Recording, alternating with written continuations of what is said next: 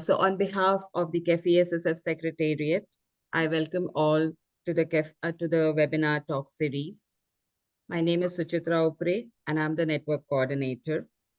Today's webinar, we are co-organizing in association with our regional founding partner organization, the Asia Pacific Rural and Agricultural Credit Association, which is APRACA, and the Food and Agriculture Organization of the United Nations.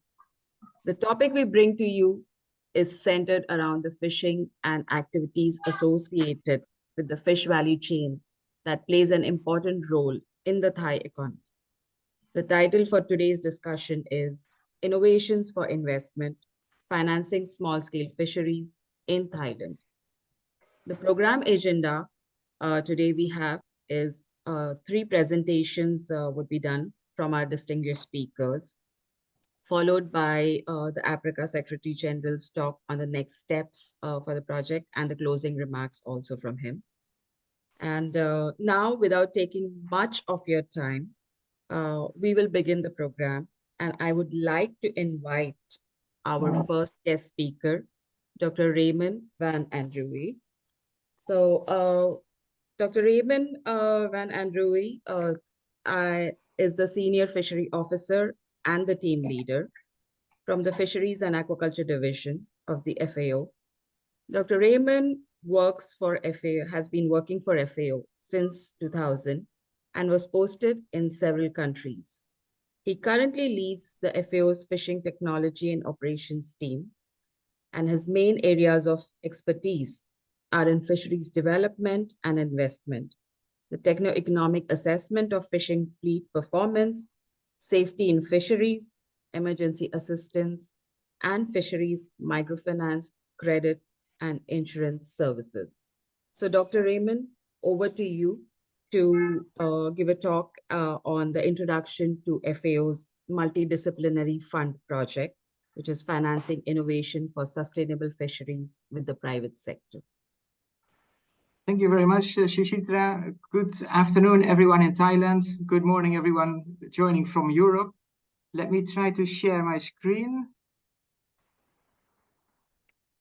because I prepared a small PowerPoint just to introduce. Let's see. Can you see it, Suchitra? Yes. Okay. So thank you all for joining. Welcome to this webinar. I would like to introduce very shortly a project that supported the joint work of APRACA, the Bank for Agriculture and Agricultural Cooperatives, the BAAC in Thailand, and the CAFI, that's the Southeast Asia Fisheries Development Center. It's a small project with the name is Financing Innovation for Sustainable Fisheries with the Private Sector, which was carried out in 2021-2022 in Thailand and Kenya, and it had a small budget of just $200,000. The project was developed in August 2020 and got operational in February 2021. And the background to the project was actually this joint APRACA FAO expert workshop on guidelines for microcredit and insurance for small-scale fishers in Asia. This was held in May 2019. And at that workshop, where they worked mainly on the guidelines on microfinance and credit for small-scale fisheries, they said that it's important to test these guidelines in a couple of countries in pilot projects. So what we try to do is to work together with the Philippines under another project, and for instance with Thailand, to look at what is the demand for credit and microfinance services, insurance service in the fishery sector, and how can we meet the demand by improving the supply of these services. So pilot projects mainly focused at information sharing, capacity building. So the project was justified by the fact that in order to reduce overfishing and unsustainable practices in fisheries, it is essential to have better fisheries management. Fisheries management requires that rules are set, regulations on, for instance, fish, the quota of fish that can be caught, So what is the volume of fish of certain species in order to fish sustainable? Can include, for instance, closed seasons, can include introduction of new technologies, regulations on mesh sizes, for instance. And for fishers, it is important that they, of course, are able to meet these fisheries management requirements. Unfortunately, often they don't have adequate financial services to do these innovations that are needed to their vessels, to make the vessels safer, to their gears, to buy new nets, new technologies, fish finders, and so they cannot really do this transition towards sustainable fishing operations. So what we want to do with this project is to support entrepreneurs in fisheries in these two countries, Kenya and Thailand, to get access to adequate financial services to make this innovation, make the necessary transition to the sustainable fishing operations and this, how you call it, blue transformation, as we say in FAO. So the main thing is to give the fishers and also other value chain stakeholders access to financial services which they can use for buying better boats, safer boats, better gears, engines, for instance, navigation equipment, fish finders, and so on, and to really make this transition to new technologies and operations. How did we implement the project in Thailand? We made a contract with APRACA to facilitate the networking, the research and capacity building. Then we made also a contract with CAFI to identify fisheries technological innovations that are suitable to receive credits, because we don't want to supply credit for unsustainable practices. We initiated through APRACA, the Bank for Agriculture and Agricultural Cooperatives, BAAC, and CAFI, the collaboration with the fisheries and financial institutions, fishable cooperatives especially, also, and other banks. And then we collaborated with the private sector organization, individual enterprises, and FAO provided fisheries and finance expertise where needed. All the information what we are collecting and what we are working together with the stakeholders, we are sharing through the global network for capacity building to increase access to small-scale fisheries, to finance services, the CAFI SSF network, which is also organizing this webinar, and also through the Rural Finance Learning Center platform of FAO.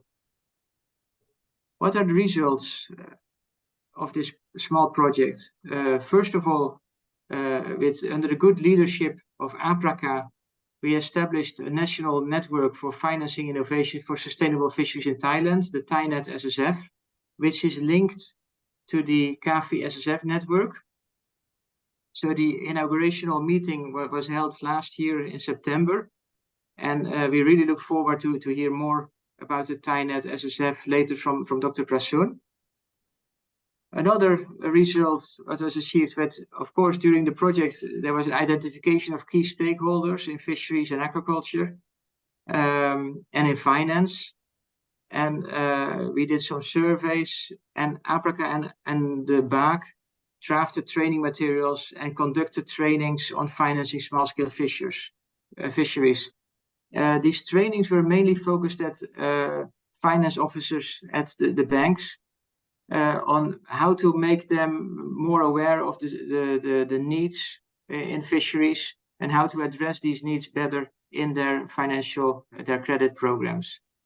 The materials are largely published in this publication of FAO, this Innovation for Investment Financing Small-Scale Fisheries in Thailand. So for those of you who are interested, please have a look. We will share the link also later in the email after this webinar. The project also made a policy brief where we showed the results of a fish value chain finance survey that was carried out in 2022.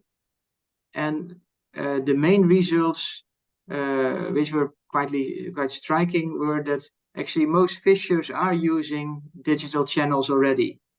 So more than half of them have accessed even digital financial services. And most of the small-scale fishers have access to some sort of financial services, whether they are formally or informally. However, many of them also still said that it's difficult to get formal credit from institutions. And another striking point was that still, although many of the small-scale fishers are rather poor, more than half of them say they have significant savings for small investments in nets, in like ice boxes, purchasing fuel, ice, and so for daily operations. Unfortunately, they don't have enough financial savings for buying a new boat or buying a new engine most of the time. So there is definitely work to do for the financial services in Thailand. The project also carried out an assessment of the sustainability of fishing technologies and operations in Thailand and the options for innovations. There we looked really at what technologies are currently used and what can be improved. So technology transfer, and this will soon be published as an FAO circular. This is more information about this will be provided by Mr. Subshai Anupabong of CFDEC later at this webinar. And then another result, which is also be presented by Thomas Gietzen today at the webinar, are the results of fieldwork in 3 provinces of eastern Thailand, where APRACA and the BAAC investigated access to finance by small-scale fishing value chain actors. So not just the fishers, but all the different stages in the value chain. And this is partly published in this new APRACA brochure, where I provided a link here below. What do we know now at the end of this small project? First of all, I'm very pleased that the MDF project demonstrated a successful collaboration between APRACA, the BAAC, CFDEC, and FAO. We very much appreciate this collaboration, and we see that it is continuing. In the last few years, the BAAC has very much supported the small-scale fisheries sector and has given them increased access to financial services. And that is really a major improvement from before. Then the ThaiNet SSF network has started and is hosted by APRACA. It needs, however, your continuous support and participation, because a network is only as strong as the work of the members together. Of course, the global CAFI SSF network can help you, can assist you, but it cannot drive the collaboration at national level. So technically, CAFI SSF network can help, and maybe with some small finance of FAO as well, but the work really has to be done at national level by the ThaiNet SSF members. We see that for sustainable fisheries in Thailand, access to financial services is really key for the value chain stakeholders. And without the access to finance, the uptake of the innovations will continue to be limited.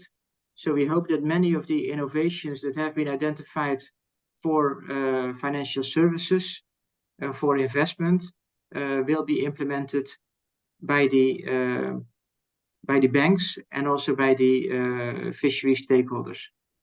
I'll finalize by wishing you all a fruitful, successful webinar, and enjoy the presentations, some of which are really, really good. So enjoy. Thank you very much for your attention. Thank you.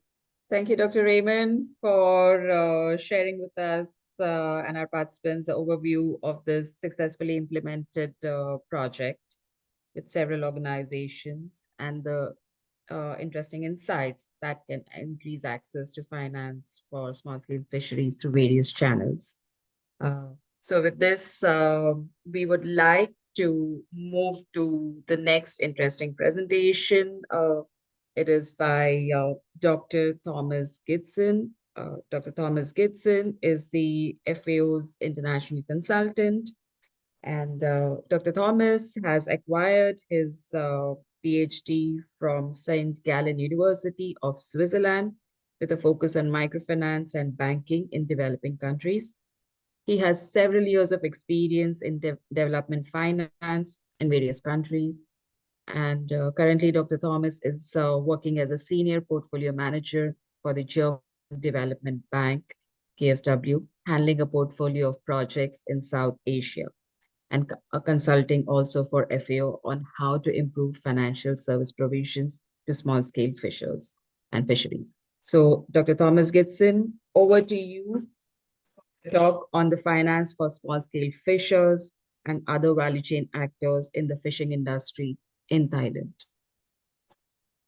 Thank you, Suchitra, for the introduction. I will also try to share my screen, and if you could let me know once you can see it. We can see it. If you can Right, put here it we on. go. This should also be full screen now. All right, very good. Thank you very much, Suchitra, for the introduction. Thank you, Raymond, also for opening the floor for the other presentations. As Raymond said, I will be presenting a part of the MDF project today, and basically what I'm going to do today is a little commercial or advertisement for that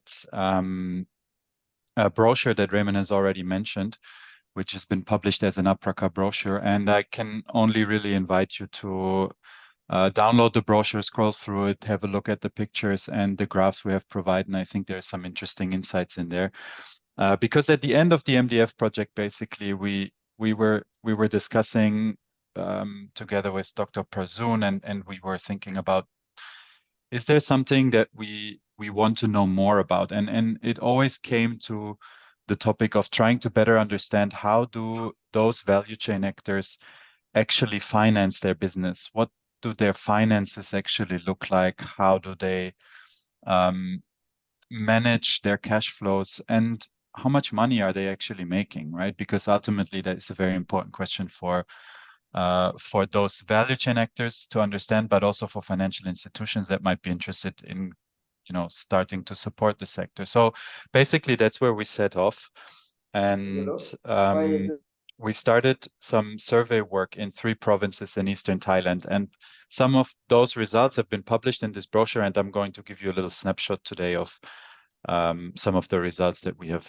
found from this survey work. The main questions we asked, I summarized them here, is basically how are economic benefits shared along the value chain? So who's actually profiting, who's making money, at what stage, and so on. How do small-scale fishers, but also other value chain actors, finance their business? How do they actually manage that? And what can we learn from these insights to improve access to finance? Because that's the ultimate goal, right? We want businesses that have good prospects be able to access financial services so that they can develop their businesses in a sustainable manner. I mean, that's ultimately what we're interested in.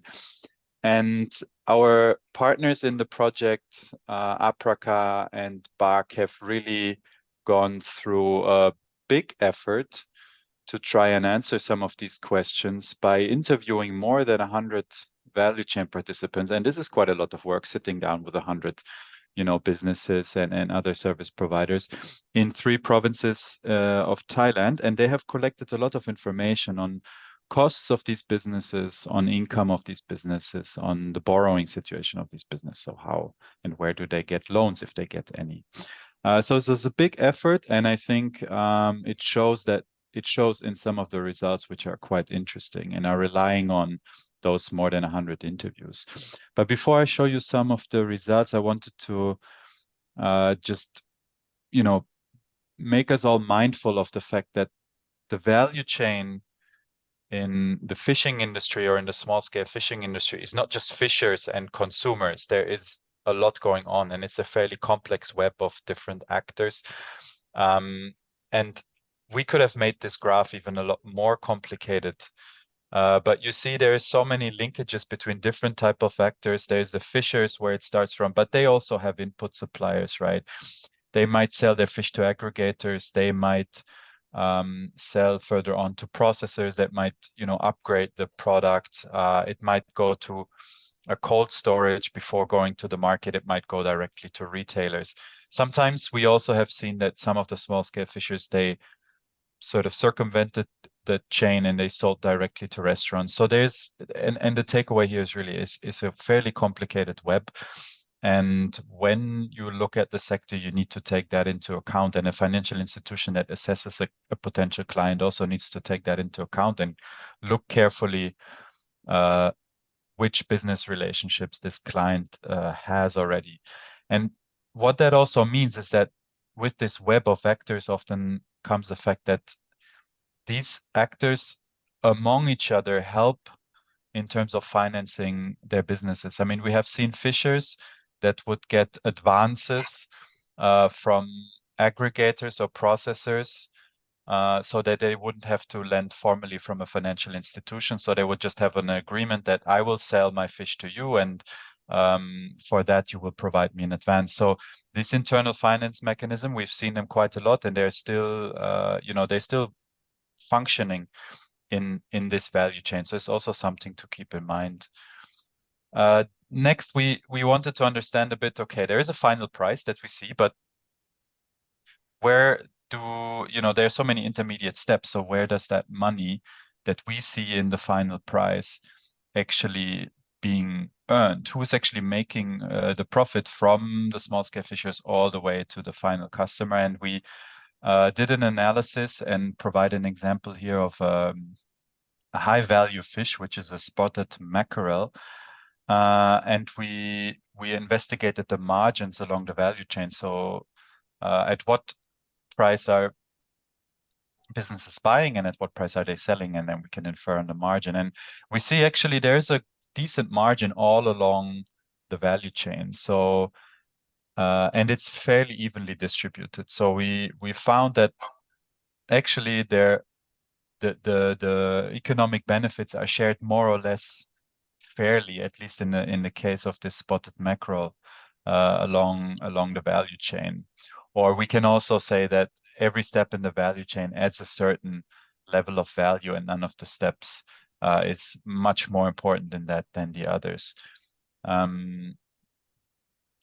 When we then, from this overall picture, zoom into, the various actors, and here we really have a lot of information that I have absolutely no time to present to today.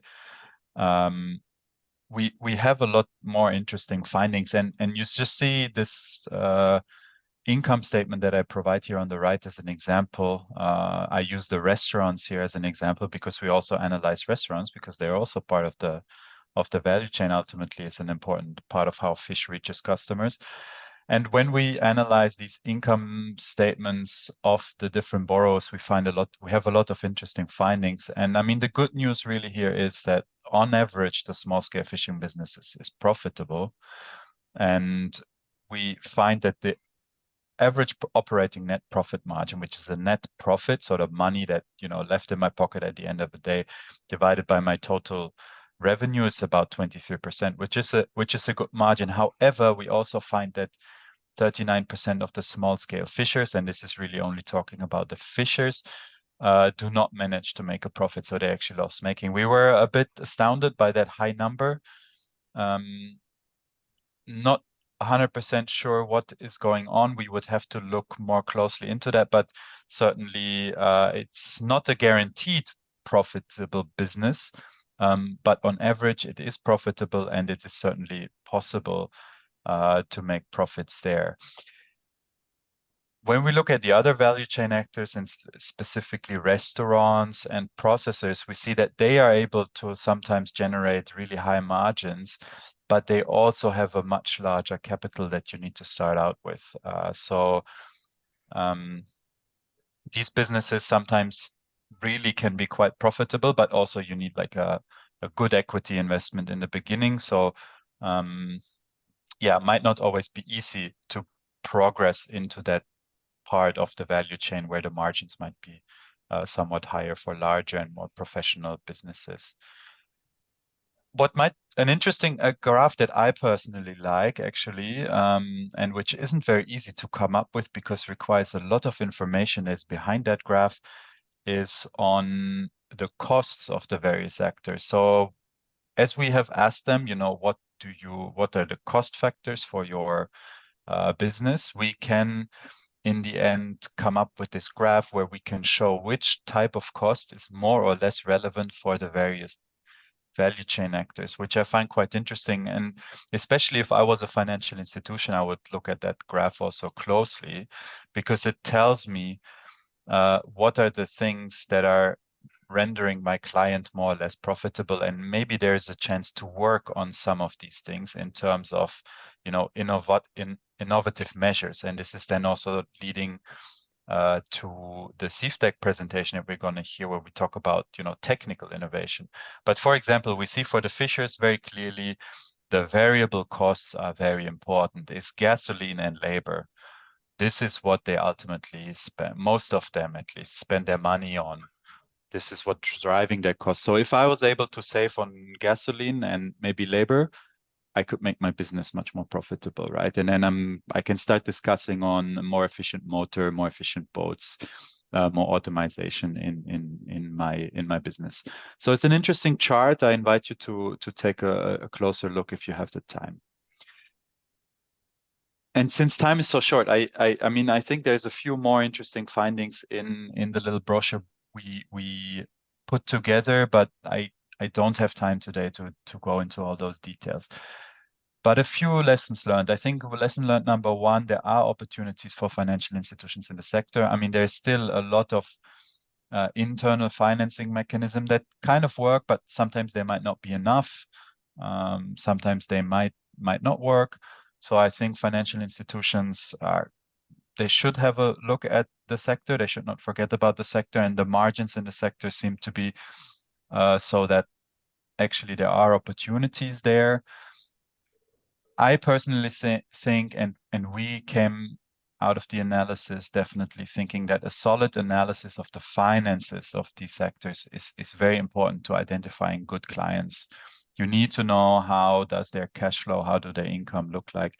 And we in this brochure wanted to provide some example on how to actually get closer to that topic. How can you actually look at these value chain actors from a financial angle? Cost reductions are important. That's something we have also seen. We need to think about how can we reduce costs for these actors. Where are technical innovations that might help us do so? But the sales price obviously is also really important. So making sure that the products are of high quality, that the products are being upgraded to the extent possible. I mean, Thailand already has a strong part of the industry is just producing quite high value products, also exporting very high value products. But this ultimately, it's also key to running a successful business, upgrading the products, and then making sure that the buyers and the sellers are able to get together. And these are the things that will ultimately then come through in the finances of these sectors and make them more profitable. With that, I would like to stop. The link again here is in the presentation. I'm sure we can also share the link to the participants afterwards again. Just my little commercial break this morning to take a look at the brochure. I think it's worth it. And then I want to close with saying thank you. Again, also thank you, Dr. Prazoon, Raymond, for going through the process. I have been supporting the project almost since the beginning, I would say, and it's been fun. I learned a lot personally myself. I wasn't very involved in the fishing industry in Thailand before, but now I know a lot more about it than before, and it's been a lot of fun. Thank you. So thank you, Dr. Thomas Gibson, for sharing the interesting findings of the project. It clearly is a humongous data which has been analyzed. And it's been the way you all have crystallized on, ensuring that how the cost structures have been done. Further to this, as we can see that clearly the fish value chain is a complex web of relationship of various actors. And yet with this, you have shown us and the financial institutions the various opportunities to finance this sector. So thank you so much for that. And with this, we will move to the next interesting presentation we have today from our next guest speaker, Mr. Sukhchai Arnupabum. Mr. Sukhchai is from the Fishing, Ground and Oceanography and the R&D department. of the CIFTEC, which is the Southeast Asian Fisheries Development Center. Mr. Sukchai has a Master of Science in Environment Science from Mahidol University, Thailand. He has worked at the CIFTEC Center since 1996, with his first position as a fishery oceanographer. His responsibility was research survey on board and publication of the research papers on the context of fish abundance and marine environment. So, Mr. Sukchai, over to you for sharing your findings on the assessment of the sustainability of currently used fishing technologies and operations in Thailand, and options for innovations and improvement.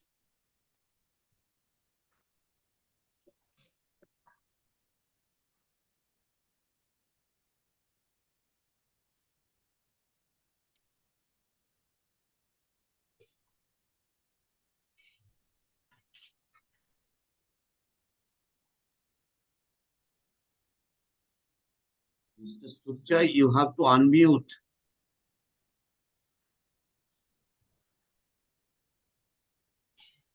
Mr. Sukchai, if you can unmute yourself.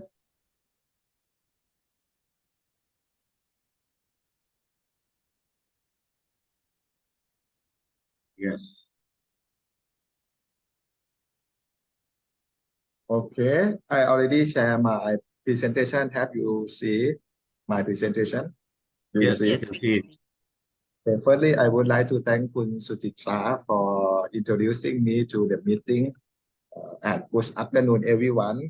I, as representative of the team who devoted to their time for publishing the report on assessments of sustainability of fishing technology and operation in Thailand, would like to thank organizer to give opportunity to CIFTEC to share the report to all you today. And today, not only me, we also have Mr. Kuntawat Mano Mayitikan. He is the marine engineering and he have a good knowledge on the fishing innovation, and he can share his knowledge to us with my presentation. Before I'm going to present, I would like to inform you that this report contains mostly in commercial fishing fleets, not small-scale fishery. Anyhow, I believe that it is a good sample to point out the importance of innovation in the fishery.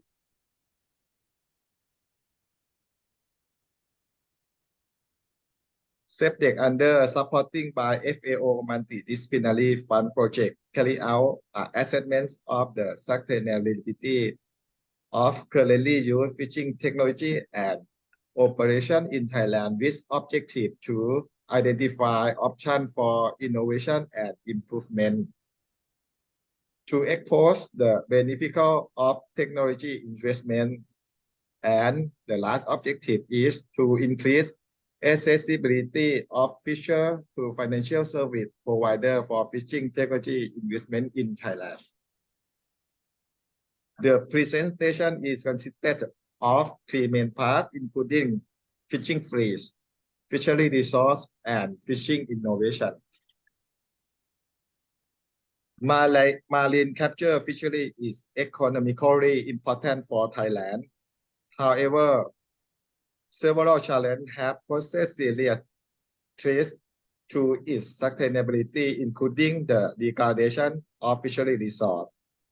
The trend started to decline in the year 2000, with the lowest point appearing in year 2021, remaining only 50% comparing between year 2000 and 2021. In year 2020, there were 54,490 small-scale vessels, equal to 83%, and there were 10,388 commercial fishing, equal to 17% fishing vessel. From 10,388 commercial vessels, there were only 15 fishing vessels made by steel. All the commercial vessels are decked except for a very small percentage of small persons and gill net. The basic and standard deck hauling system is a winch. Only some percent and gill net are equipped with the net hauler. All vessels have onboard ice and cool storage facility for the cash preservation. Fishing vessels basically require constant maintenance at least once a year to take stability and for the renewal of the license.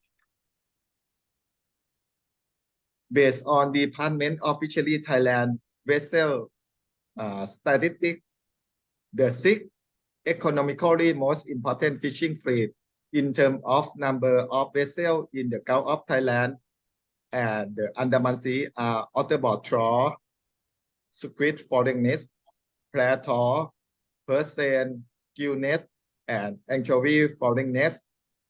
Most of fishing vessels are now more than 20 years and many 30 years or older. This slide shows you the picture of the fishing fleet in Thailand.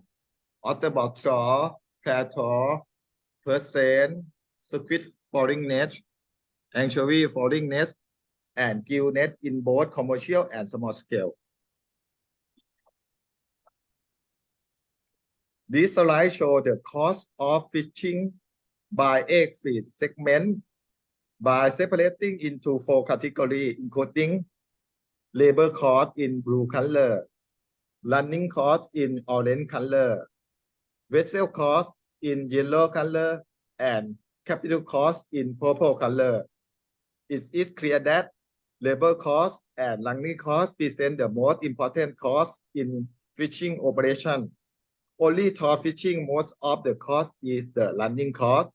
Because of trawlers have generally larger engines as they have to pull the heavy trawl gear and therefore consume more fuel.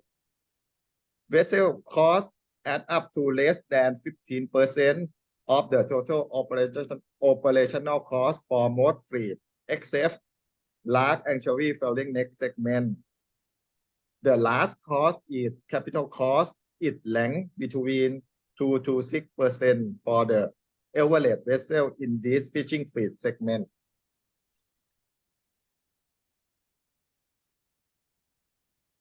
The overall stock status of marine resource in Thailand can be divided into 3 groups based on the ecosystem usage and capture methods, including demersal resource, pelagic resource, and anchovy resource. The stock status of this resource group was evaluated and reported in year 2015 and 2017. The result for the Gulf of Thailand and Andaman Sea in 2015 show that all the resource is in over exploited and fully exploited situation. However, in year 2017, the fishery resort is rehabilitated. Demersal resort in Andaman Sea and anchovy resort in the Gulf of Thailand and Andaman Sea become not fully exploited situation. Next is the technological innovation to fishing vessel. Apply of innovation is beneficial to many aspects, including reduce operational costs, reduce environmental impact, increase fishing efficiency, increase product quality, increase safety at sea to the worker, and also enhance working conditions. After this slide, I will show you some sample of the innovation. For more detail of innovation, you can download at FAO website soon. The publication name Assessments of the Sustainability of Fishing Technologies and operation in Thailand. The sample of innovation that can reduce operational costs is mobile ball. That you can see the red cycle. It can reduce water resistance as bowl and save fuel consumption by about 5% during steaming. This innovation is proper to steel and fiber hull vessel. Next innovation is that popular innovation. It can increase speed and decrease gravitation in front of the propeller. The thrust generated by hydrodynamic force on the dust and reduce gravitation increase the thrust of the propeller. This can save fuel by 3 to 8%. Crane and power box innovation, when it is installed on board, it makes hauling faster and more convenient. Its benefit for labor saving, which can be operated by 1 or 2 fishers. SafeDeck Training Department, in collaboration with Department of Fisheries Thailand and Pattani Fishery Association, studied and found that this equipment can save the labor cost up to 45%. Fuel flow monitor innovation, it can monitor fuel consumption. Fisher would know the real-time condition of the engine and can plan better operating speed for optimal fuel efficiency. Next is the LED lamp innovation. It can reduce energy consumption of light on board with about 50% or more, and also high durability comparing to the traditional one, like incandescent lamp or metal halide lamp. Next is the sample of innovation that can reduce environmental impact. The first one is electric propulsion system innovation. When we use this one, no greenhouse gas releases from this system, and it can reduce energy cost of fishing vessel significantly. However, this equipment has high initial capital investment and installation costs. Next is the circle hook innovation. The use of circle hook in long line fishing can reduce the number of total catch. Next is the juvenile and task extruder innovation. It is used by trout fishing. It is equipped in the net in front of caught end to avoid catching of less valuable fish, including juvenile and trout fish. Next is the low resistance fishing gear, not less net innovation.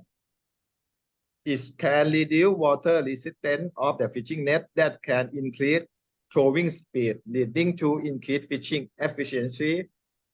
And next is the hydroacoustic innovation such as echo sounder and sonar. It can reduce steaming time needed to locate school of fish at the fishing ground, as well as efficiently setting the fishing gear to catch the target species. Next is the sample of innovation to increase product quality. First is refrigeration.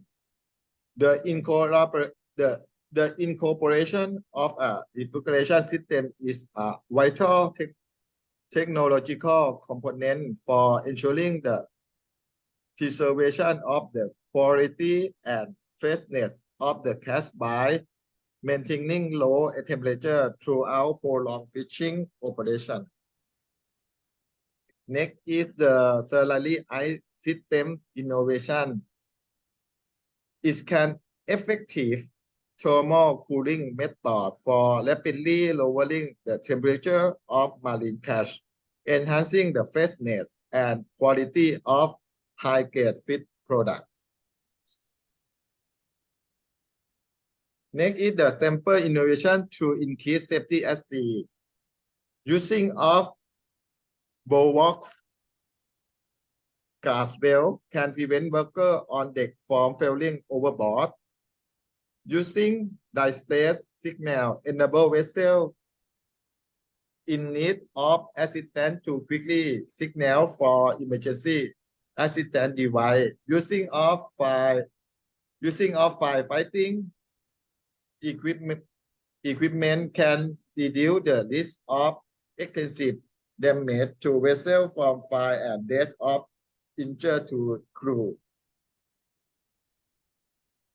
And the next one is the last sample of the innovation to enhance working condition. Saving manpower system innovation like hydraulic system. It can reduce manpower on board. This can enhance sufficient living space and facility, contributing to improve working condition of the fishermen.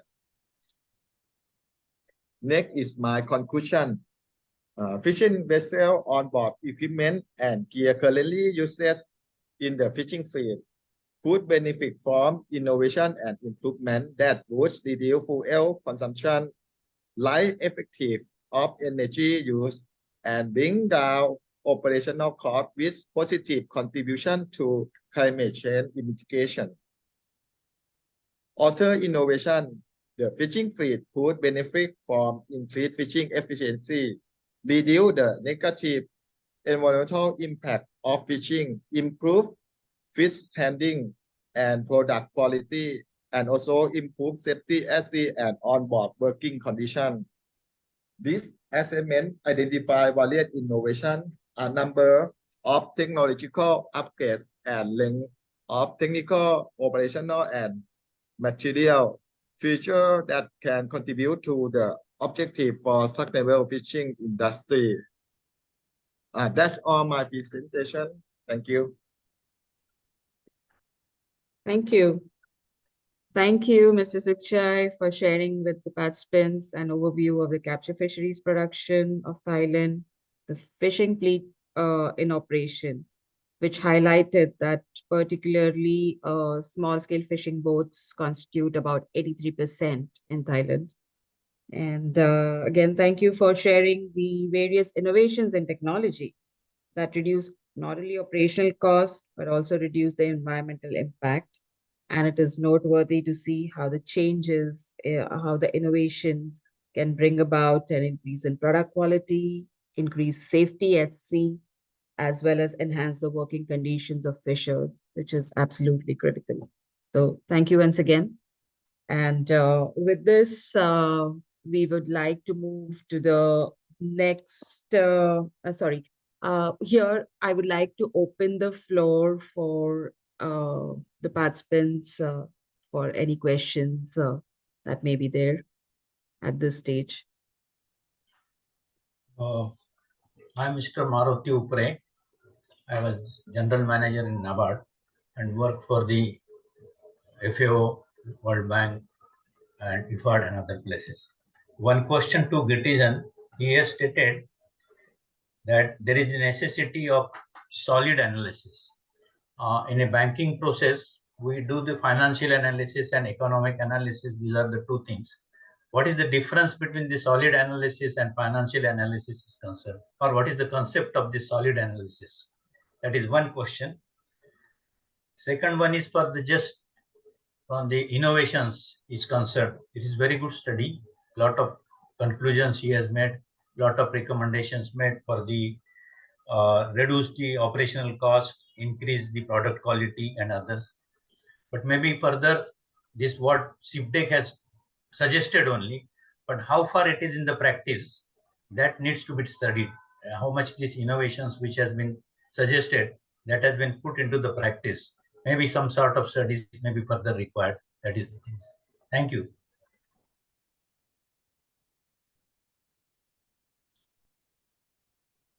Suchitra, we will be Yes. collecting or will be Mr. answering? Yeah. We should be answering right away. Just let us know. You can answer right away. All right, then I will start because the first question was directed at me Yes. on Yes, the sorry, different Thomas, or yeah. on what we were looking at in terms of finances versus what a financial institution might be looking at. I mean, basically, what we are suggesting is that financial institutions take a fairly holistic view of the clients. And I mean, a lot of financial institutions in a country like Thailand would already do that. So there's no fundamental difference between the analysis that we'll be doing here versus an analysis that a good financial institution would undertake. I think two elements are crucial, I think, from our analysis, and might be sometimes forgotten by financial institutions, is the fact that internal financing mechanisms play a large role still. That is something that financial institutions might not always capture when they only look at official sales and buying of equipment and income. That is something that I think is often forgotten, that people have also informal ways of dealing with finances. And the second, I think not a lot of financial institutions would go through the pain of analyzing the various costs elements very closely. At least for small to medium loans, they would not undergo through that effort. So we think that effort is worth undergoing, because if you know what really drives the cost of your client, you might also help your clients or suggest your clients some ways of reducing it. And I think that's also something that most financial institutions will not do, because it might be a lot of work if you do it for each and every single client. But if you have an overall analysis that shows what is really driving the cost for different types of clients, then you might be able to ask, your fishing boat operator that wants to borrow from you, hey, do you have any idea on how you can save some fuel, for example? Do you have an idea on labor costs, and maybe is there a chance you can reduce your labor costs? If that's something that we want in total, is a different story. Those are 2 points, I think, that often financial institutions might not get into. But overall speaking, of course, a good financial institution would already probably do that analysis. Thank you. I hope that answers the question.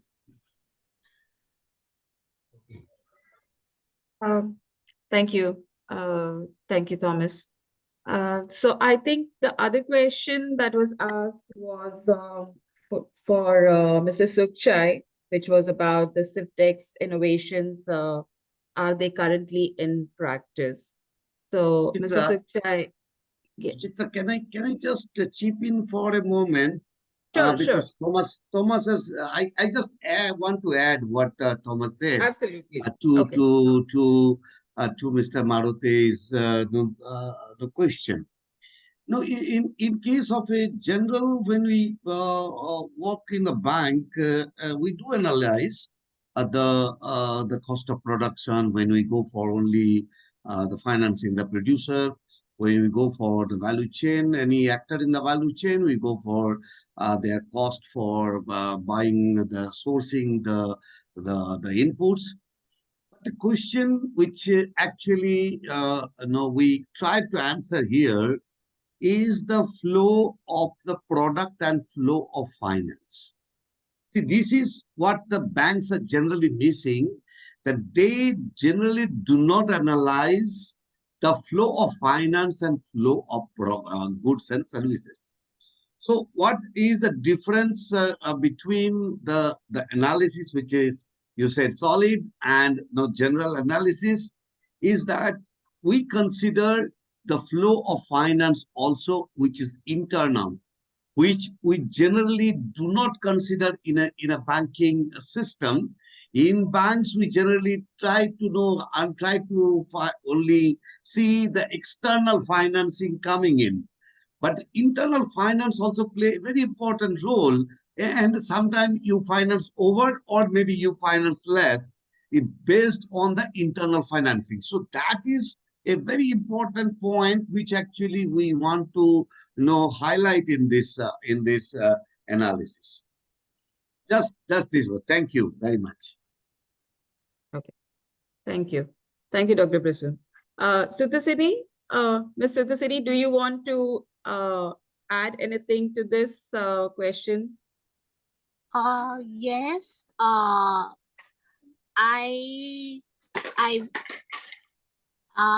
I have an experience about taking a questionnaire on the cost of the Thai fishermen in southern part. So maybe the southern part it's a little bit let me see. It's different from the eastern part of Thailand. So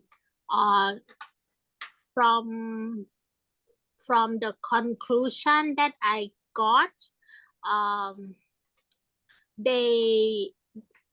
most of the fishermen in the southern part of Thailand, they already have their house mortgage and everything mortgage, so they couldn't go to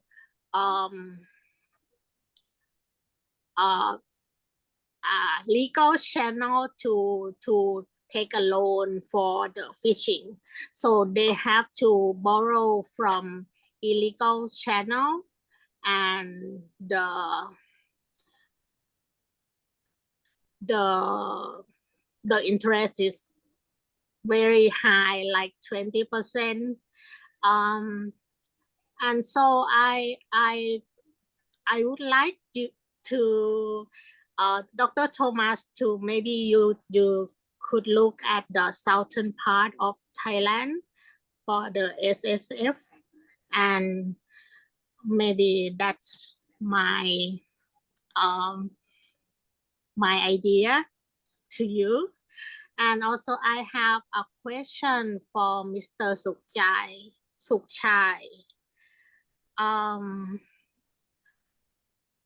Why do you, so on your slide that you present about the percent about 139 to 180 ton gross, and then you choose as again the percent, the percentage of cost about 21 to 22 ton gross, but the anchovy net, you select it's in the medium size of the boat range, but in the percent you choose from the medium size to the bigger size. So how do you compare this cost? Because I also see that another, I think the gill net or something, it's also in the medium size range of the boat. So that's my question, one. And two, when is this publication I mean, when, because now we already have the 2022 demersal and pelagic resource evaluated from the DOF, and also I understand that you try to present about the innovation of safety for the SSF, but it's like for example, for the workers, it's in the law of the Ministry of Labor that they should have something that you explained that I forgot, and also from the Fishery Act to 2005, I think 2005. I don't know.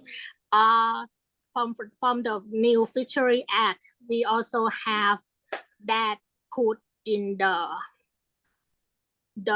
act that we should protect the worker and the innovation in the boat should be provided to the worker because we are concerned about their safety and their life at sea. So I don't know that's a question or not. So that's all. Thank you. Thank you, Sudhasini, for elaborating such long questions, but I'm sure we have Suchai will be answering it. Before that, I think Dr. Raymond, do you also have anything to ask? Maybe first let Sukshay response, and then I will add to his response. Okay, fine. So, Mr. Suchai, over to you. Yes. So I may starting by the question about the currently innovation that subject study. Are you okay? May I ask my colleague to present to answer you about the currently study of subject about the innovation? Sure. About the practical innovation that subject and support and promote to the person fishing boat Pattani. We want to improve their labor working conditions and improve the performance of the personer by apply the labor saving power and the manpower saving equipment like the hydraulic cranes and power box. And also we modify the net to apply with the new equipment that we install on the personer. We try to, we hope that this manpower saving will can reduce the number of the crews that working on boards. Nowadays, the personer, they can save the cost of the labor that in the report about 45%. We can reduce the number of the labor on the crew on the personnel about 6 to 7%. So actually, they have to bring the crew with the personnel about 22%. That's why in the report we can found. And the other system we have practical use nowadays. We use both the refrigerated seawater system merged with the slurry ice system. Both this system will improve the quality and reduce the catch that lost during they use the ice to preserve the fish. So nowadays the owner of the fishing boat, he happy to use this system, but nowadays still under the study about the economy because the fishing boat owner have to maintain the system by themselves and have to look after about the maintenance after they have operated every time after they back to the fishing port. So this one still under the study the result of the economy. But however the owner of the personer he could accept this system for apply their fishing boat. about the labor condition. After the number of the crew is reduced, they have more space, and also they try to improve the some living space, and they add some the toilet good condition better than the previous time. So that this the study of subject with the personnel in Pattani. Oh, I have one more question. Sorry. Is it I heard it's just maybe two boats that has the box, right? The box box? that yeah the box. The power box that we apply, we use the one power box with the one personnel, but the other model they can use two power box because they want to make sure that if some system is broken, they can use the other ones. Something. No, I mean that how many boats that has the power box in Thailand? No. We have no that data. Sorry. But we know only not so many power box used in Thai vessel. Because I think that's the safety and it's not a workshop, it's safety experiment, right? So it's not many. So but the data that you presenting, it's from like very small group of boat. So is it consistent in all of the boat, or that is just the sample. We try to show how the beneficial of when we apply the innovation to the fishing boats, but the beneficial in percent or how many is reduced, I think is may not cannot conclude now. That can show the sample. Yeah. Okay, thank you. And for the when we can publish the report, may I ask Kun Lemon to respond for this question?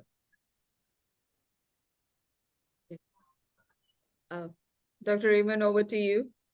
Thank you. I think that Dr. Sukai and his colleague explained well about the adoption of new technologies.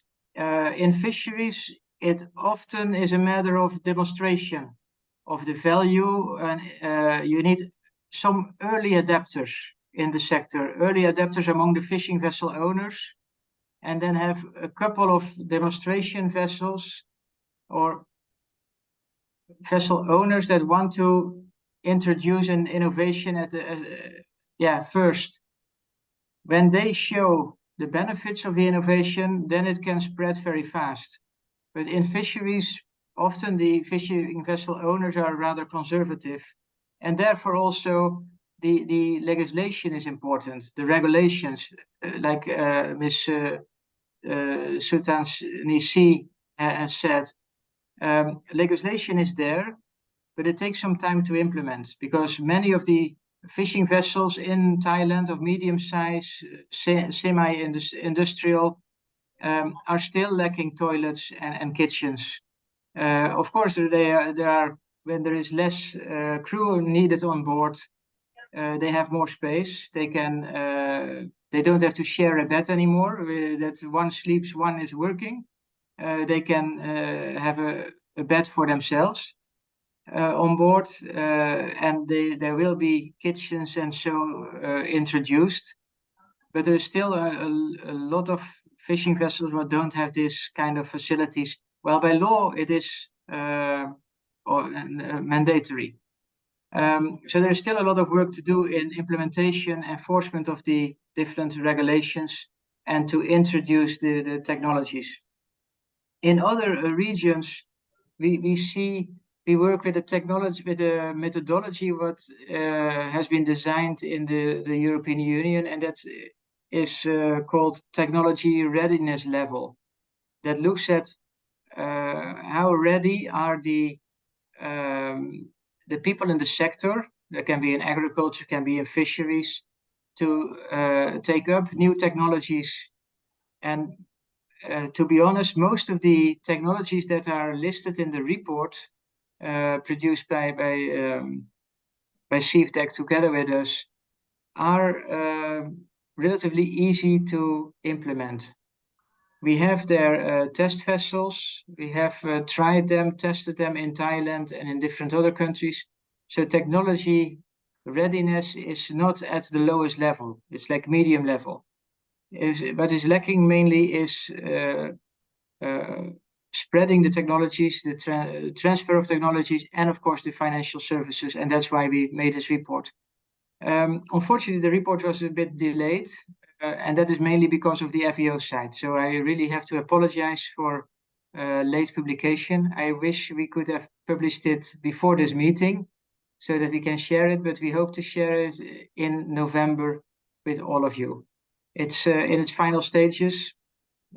Publication in UN systems can take quite some time sometimes. So I apologize for that, but you can count on that you will all receive a copy, at least by email. And of course, if you would like hard copy, just contact Doigu or myself or Mr. Sukshai, and then we'll arrange for that.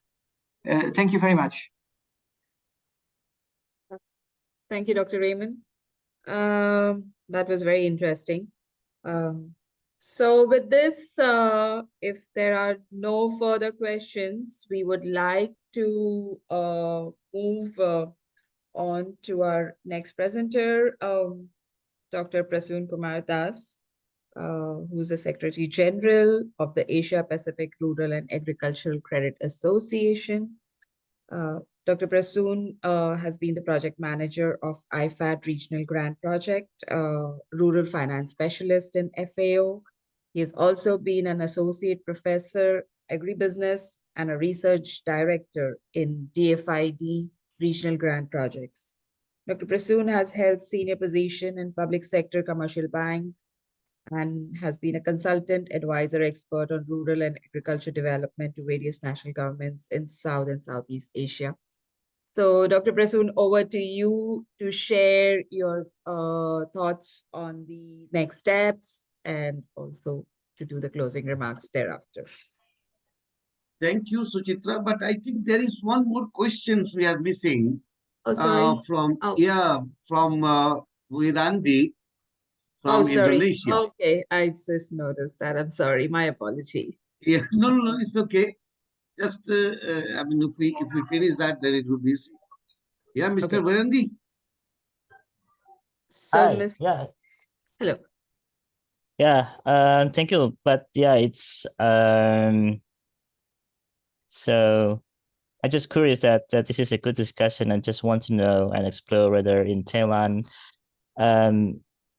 is there any small scale fishers receive financial literacy support from either from like government, universities, NGOs, and then successfully access funding from banks or other financial institution, and their fishing and their life improve. And yeah, it's happy if you can share. Is there any successful story? It would be great for us in Indonesia. Thank you. Okay. I think I should answer his question now. Yes, please. Yeah, thank you. Thank you for this question. Actually, there are three levels of accessing the finance by the small scale fishers. The level one is basically based on the collaterals. I think our colleague from the DOF of Thailand, she was telling that there are some stories there are some differences between the central Thailand and also the southern Thailand. So that is already there, but we do have very good experiences in this area, where the second level, which are the cooperatives.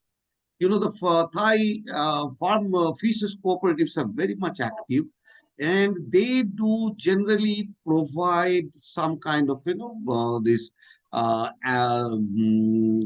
financial literacy. So if you ask financial literacy in terms of, literal term, it's not a financial literacy, but what they provide the information. That is very important to the farmers, that which are the banks which provide, or which are the financial institutions providing the lending, what are the rate of no interest, what are the collateral required, how the collateral can be matched with other other banking activities. If you have a savings, how you can save. So these type of few financial literacy program the cooperatives do have. The third level is the bank. So the bank, in Thailand, BAAC covered around 95% of the Thai farmers in the country. So they have access to the most of this household. And at a household level, they have provided them with a general financial literacy program, which is in terms of kind of book, or maybe some material which they display in their branches. So all these are the parts. There are not many NGOs are very much active, but two, three associations are there who are active in this financial literacy program. But to be honest, they are not much focused on the financial literacy. They are much focused on the technology side, like what are the new technology available and all these things. So the banks and the fish farmer cooperatives are more active in this particular financial literacy. But it would be better if there are some focused organization which will have a direct interaction with the fish farmers on this. So I think your question is very, very relevant, and we are also grappling with the same problem of financial literacy, specifically for the small scale fishers. Because while we have done this study, what Thomas had already presented, we found that there are issues related to understanding of the financial issues and financial products, services, business development services, where to go, how to reach out to the right kind of a buyer. So these are really missing part of it. Yeah, I think some of you are talking. Please, can you please stop your microphone? Sachinta Ishara, can you please stop your microphone, please? Yeah, thank you very much. Now I go to Suchitra's now this closing remarks, rather the next steps. I think at the outset we in APRACA extremely thankful to FAO and the colleagues, Dr. Ramon and Dr. Thomas, for the technical support. I mean, unending, I think we are doing it since last 4 years, and we at any point of time we get no continuous support from them.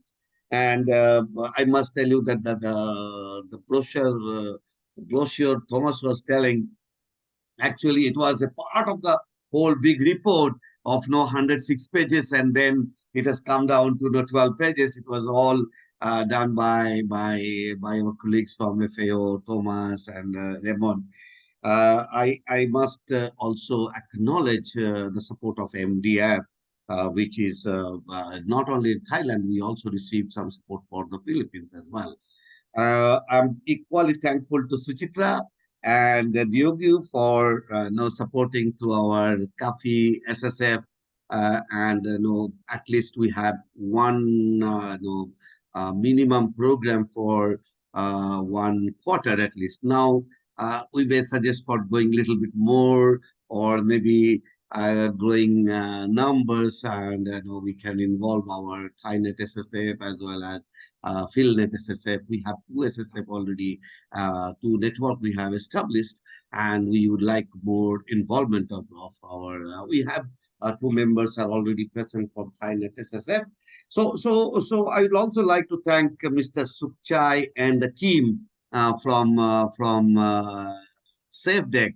We work closely. I think I presented this some of this study report in the last month, in September, in an event with SafeDeck.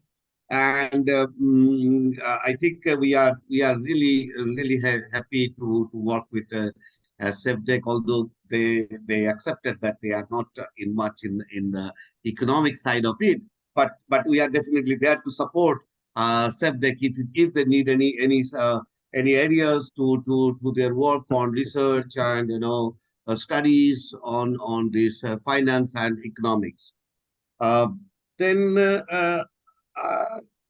regarding the next steps, I have in mind 4 things in the next steps. The first one is, as already mentioned by Raymond, that APRACA, as you know, that APRACA Executive Committee in its meeting in Japan, they accepted, adopted this the voluntary guidelines, and both the microfinance as well as the insurance.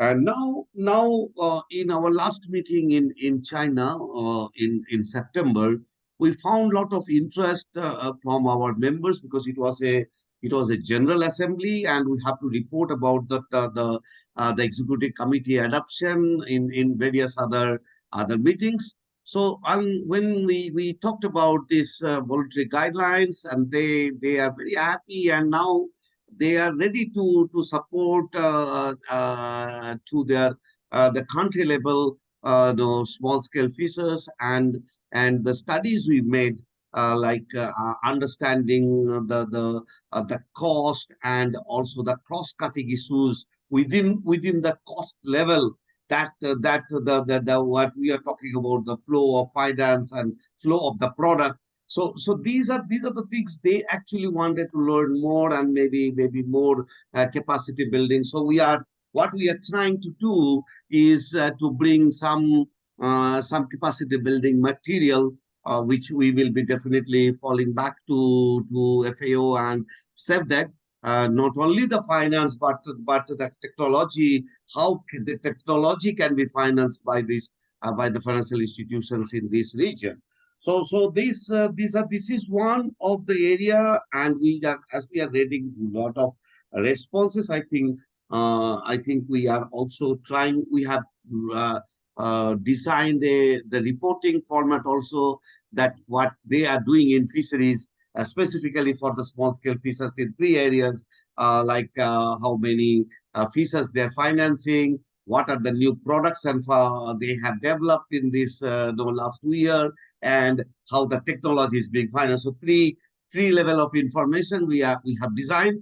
So maybe from this year end we will be starting getting those information. I think that is one of our next steps of our work, but it requires some support from FAO or from other institutional support. The second one is very important, is the scaling up of the credit product. So the credit product, as Raymond was telling, that we worked with the BAAC a lot, and they designed the credit product, which is kind of a universal financial product, but targeting the small scale fishers. So these particular products can also be scaled up in other countries, or maybe in other by the other banks, or maybe in the whole country, or maybe only in this Mekong region. or maybe in the ASEAN. So we are still thinking on that how we can scale up this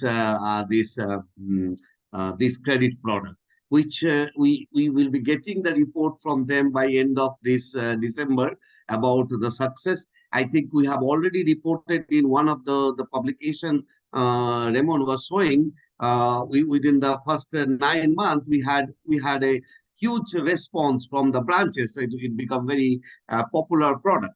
The third one is the dissemination of the training material.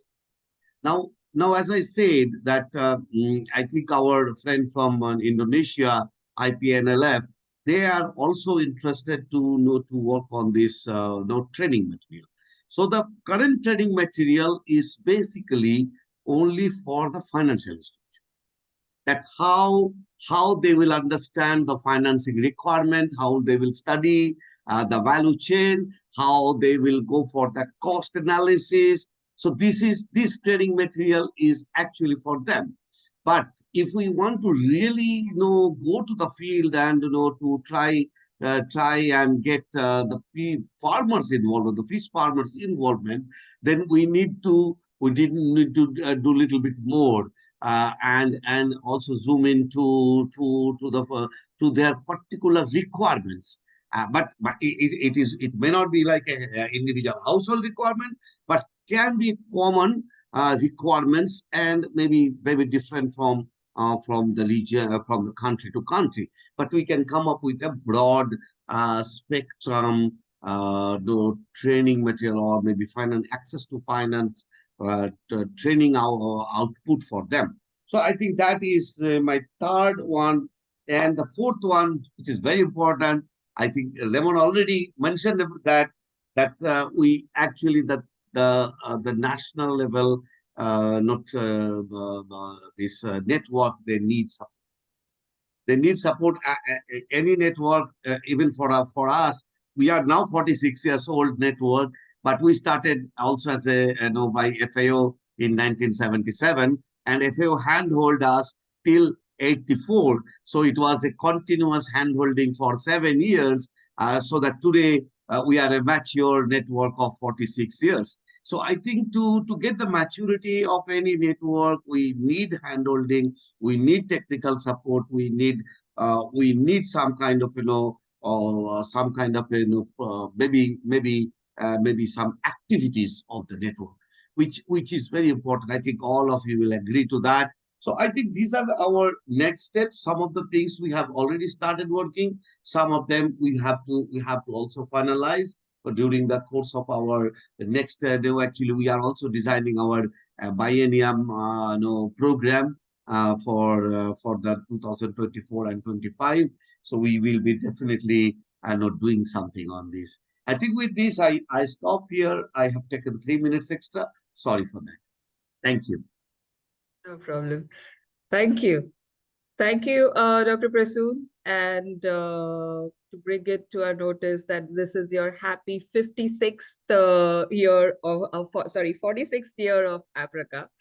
And thank you very much for sharing your thoughts on the next steps, and particularly what is the way ahead in terms of collaboration, or how we can bring combination and access to finance together through the initiatives. So with this, we would like to close our event program today. And I would like to thank each of our participants who have joined us for this interesting discussion.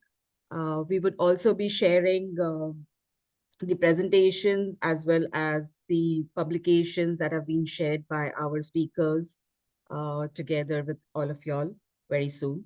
At the same time, I also want to share with y'all that this has been a unique year for us. We are almost coming to the 3rd year of the CAFI SSF network establishment. And I think this is our 13th webinar in the less than 3 years time that I would like to share. And the fact that we have been organizing knowledge sharing sessions every year, but somehow this year we did one in early, late in April, and then now we're doing back to back almost. We did one in September. Now this is in October, and very soon in November also we are doing another knowledge sharing session. So which we'll be updating and informing you all through our LinkedIn social media networks, as well as we'll be emailing you all. So please do share this within your networks, as well as to participate in these interesting discussions. And with this, I would like to thank Dr. Raymond Van Andrewey, who is our advisor from the CAFI SSF Secretariat of FAO. And I would also like to thank Dr. Thomas Gitson, who has joined us today in spite of his busy schedules. Mr. Sukchai from CivTech, also thank you very much for joining. And of course, Dr. Prasoon for always supporting us. And it's been a long cooperation since 2019, where we started. And I'm sure we've come a long way, and we will continue this together. So thank you, each one, and have a good afternoon and an evening. Thank you all. Thanks. Thank you. Bye. Thank you Bye. all. Thank Thank you. you. Have a nice Bye-bye. afternoon. Bye, Thank you. Bye. Thank you.